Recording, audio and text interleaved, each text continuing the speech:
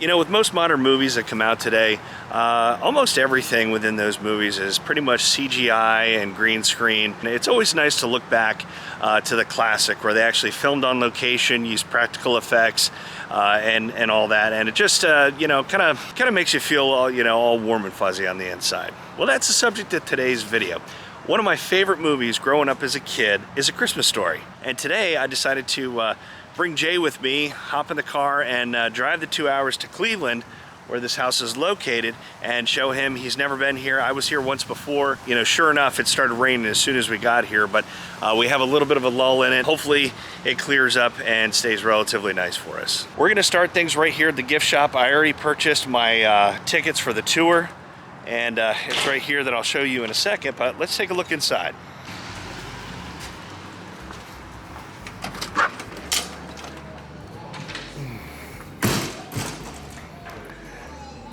So as soon as you come in, you are greeted by just everything Christmas Story. They have them playing up on the big screens. We've got tons of shirts, all different types of apparel, and leg lamps as far as the eye can see. And they have other Christmas, what do you call it, other Christmas memorabilia. We've got some from Home Alone. They've got Christmas Vacation playing over here. Got some elf merchandise over in the corner. Like I said, I was a huge fan of this movie and still am to this day. And coming to this place and being able to get out here is a real treat for me, as well as Jay. He's never been here before. And this is, you know, I thought with us being in Pittsburgh, we're only about 2 hours away from Cleveland. So I thought, you know, what the heck, let's make the trip up, and you know, we're gonna be doing some shopping later. And tour should start here in about 20 minutes or so. And some leg lamp keychains. I think Jack has enough stuffed animals. I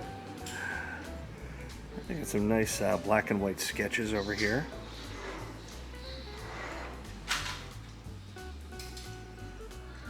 How are you? Tickets right over here.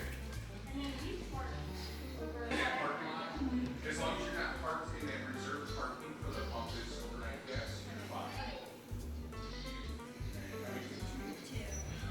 Anybody needs to steer over? Oh, your military guys, military ID? Got Randy. It's an ornament with him and his snowsuit on there.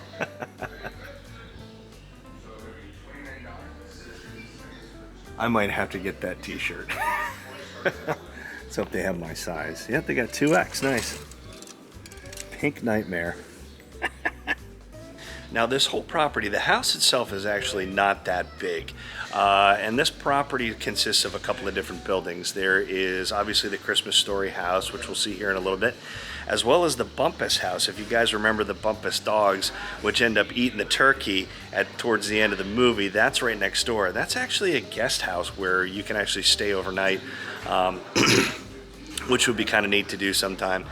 And like where we're at right now is the large gift shop, and there actually is a little bit of a Christmas Story history museum, which is the second part of the tour. So we'll go through the house, upstairs and downstairs, and then we'll go over to the museum to give, and that has a lot more history of the actual town right here, the things they had to do on set, and some of the there's some photos up and down the street here when they actually filmed the movie. So a lot of really good information. So if you're ever in the Cleveland area, or even, you know, within 2-3 hours or whatever, I highly recommend coming here. It's a real treat to see.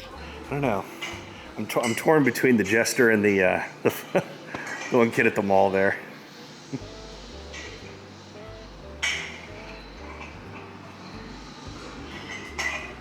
So it turns out they have a couple of different versions of the leg lamp. They have the full-size one that is the one that was pretty much in the movie. That one's about $320. Pretty expensive, but like if you're a big collector and this is kind of your thing, you know, that would be something neat to have.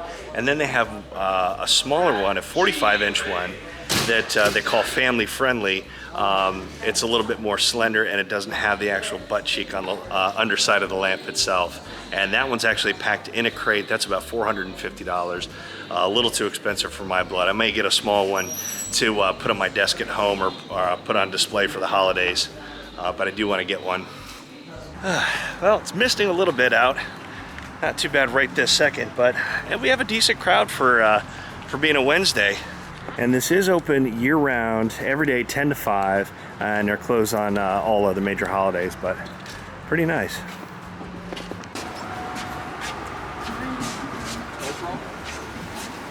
Osmo action. Close enough. Good Little one? morning. Morning. Welcome. There it is, the major award.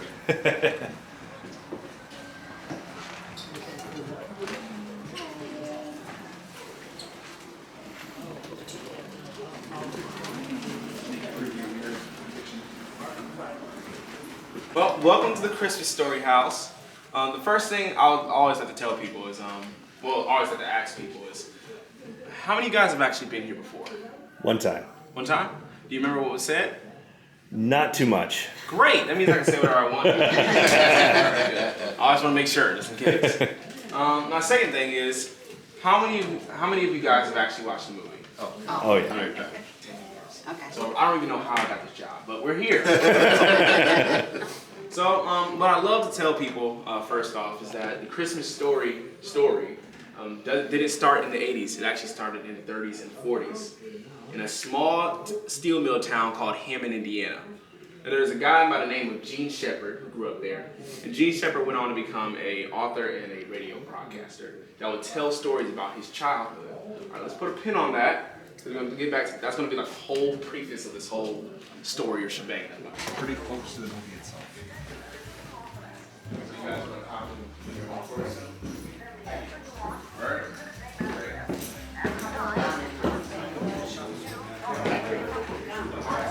Now here in the living room and all throughout the house, these are just replicas of the actual props that were in the movie. The actual props are actually over in the museum.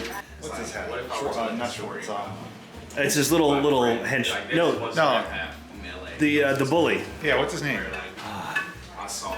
Scott Farkas. Yeah, Farkas. God help me, yellow eyes. And Grover Dill was his little henchman there. Help me, God, he had yellow eyes. And just for record, I do fit under that sink, so Okay. I did it last time. Arrow and glasses and stuff. Yeah, but I'm obsessed with this. Yeah, no, this is, I could absolutely see you having this. They have some replicas of like the old products used back then.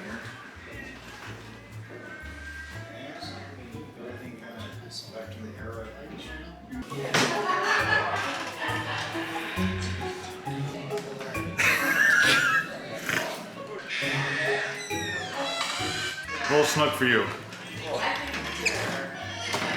Too old for this.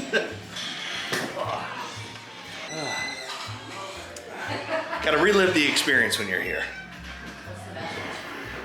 So we're gonna make our way upstairs and check out some of the bedrooms. The south side, that's pretty good. It has a nice half outdoor patio, so if it's raining,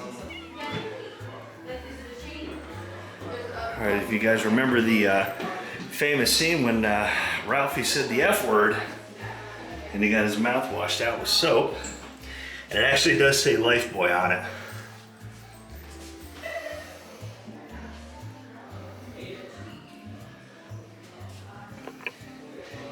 And be sure to drink your Ovaltine.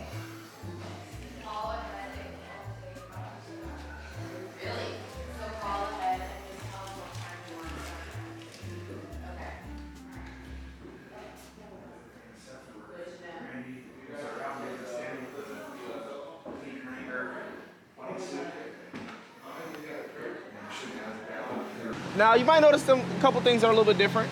First off, it's way bigger than it was in the film. That's one of the first things I noticed.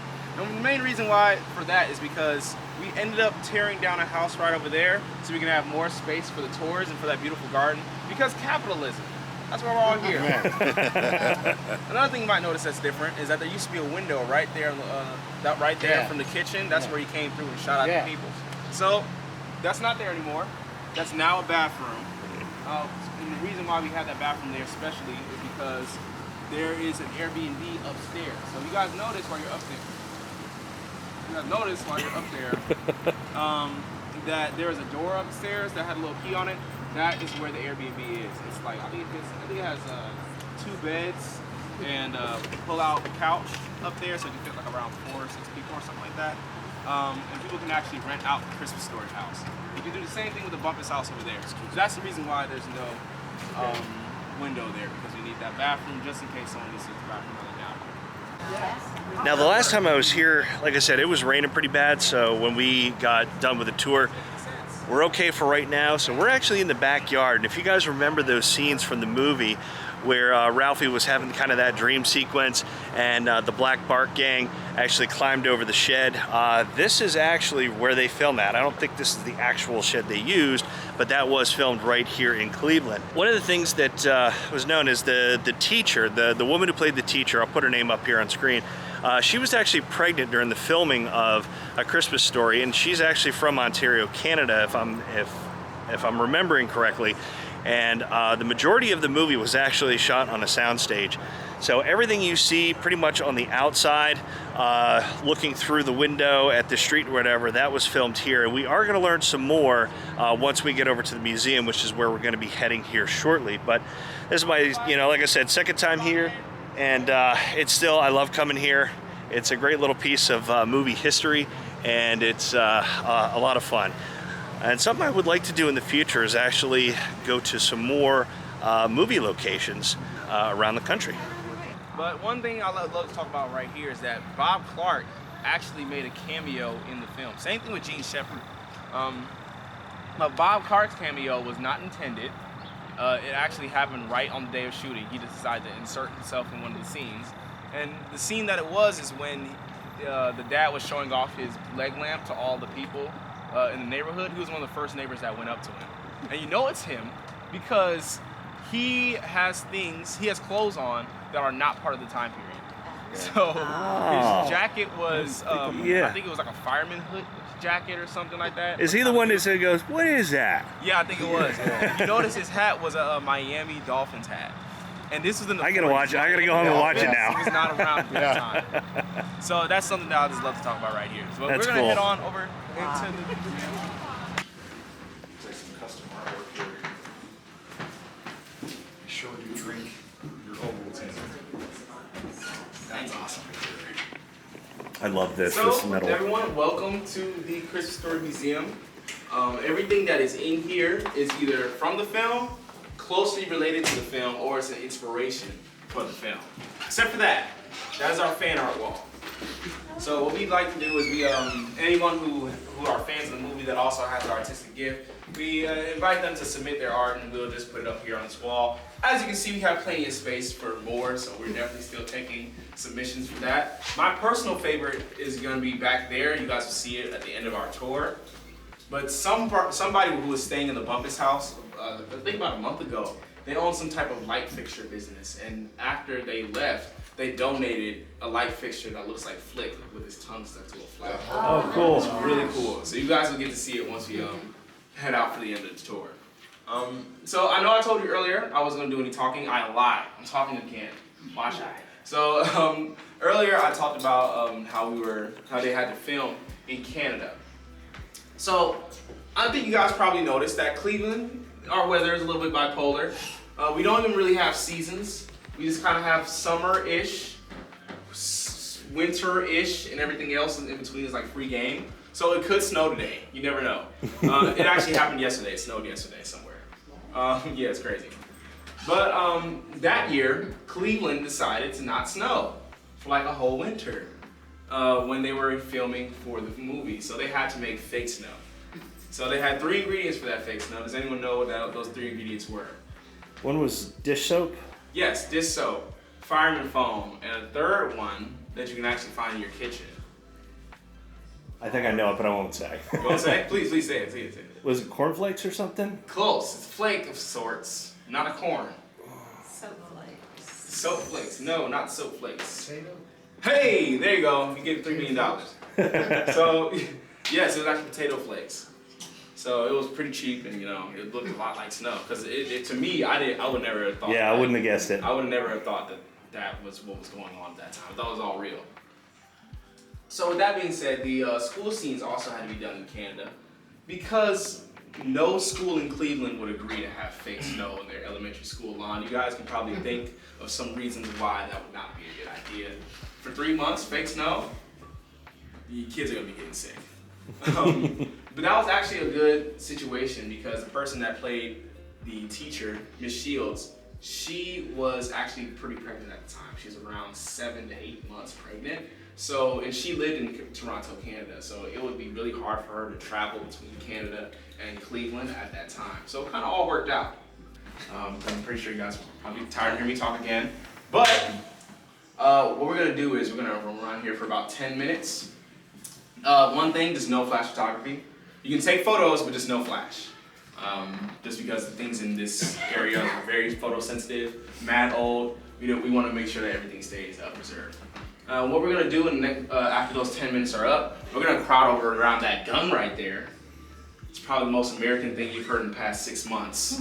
We're gonna crowd over around that gun so we can talk about the holy grail of Christmas presents, the Red Ryder BB gun.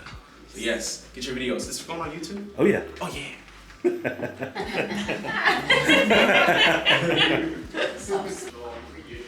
And here they have some of the memorabilia. They have an old-fashioned call sheet.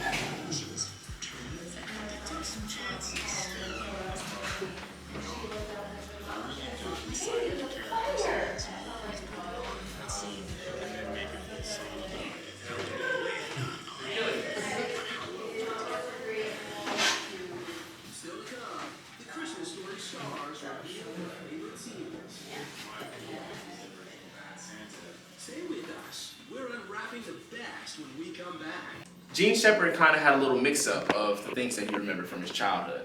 So he remembered having a BB gun that had a tassel, a sundial, and a compass on the stock, right? But there is no Red Ryder BB gun at the time that had those 3 attachments. There's actually another brand that did, and that's what he had as a kid. It's just that he loved Red Ryder BB guns so much that he thought that it was the same thing. So this is actually very much so one of a kind because it's one of the only 6 Red Ryder BB guns from that time period that is left-handed and have all those attachments on it. So there's 6 of them. We only know where 3 of them are. One is right here in front of you. The other one is in the hand of Peter Billingsley, which is the one that was used for the film. Peter Billingsley, he also has the cowboy costume. And if you're wondering where the bunny suit is, it's with him as well. You know what I'm saying? G15. Yeah. So, but you can get yourself a bunny suit in any sizes. I don't know why you would do that, but we sell it. I already have one. Sell it. Oh, okay. Well, same. So we're on the same page. My son did. It's cool. Oh yeah. That's Yeah, they have some kind of party in Bebop. Yeah, we had a bunny suit party. Yeah. It's great. Christmas party. It's great. So the third one is actually in the hands of a producer that would not like to be named. That would make sense for someone who's have something as valuable as this. The other 3, we do not know where they are. They are missing. So if you just so happen to see a left-handed Red Ryder BB gun that has a sundial and a compass on the stock, you probably should get it out the trash or that garage sale you're seeing it at because it's probably worth a lot of money. Another thing I love to talk about while we're here is the restaurant scene. The restaurant scene was done in Canada, and it's not a Chinese restaurant, it's actually a French restaurant. And a really funny thing about that scene is that Melinda Dillon did not know exactly what was going on in the restaurant scene. She just knew that it was going to be a restaurant scene before they shot it. So when they cut that duck's head off, that was her actual reaction. She did not know what was going to happen.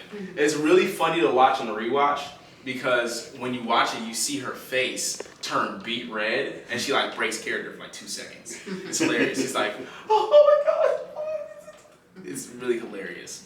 So we're going to exit out the back here. And I hope you guys enjoy your time here. Thank you. And if you guys get a chance to look at the light fixture, it's right here.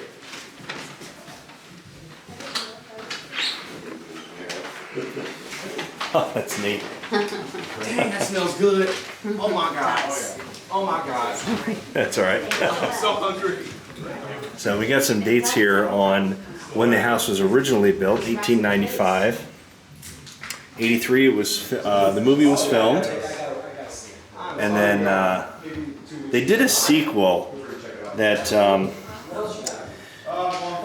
called My Summer Story. I never saw that one.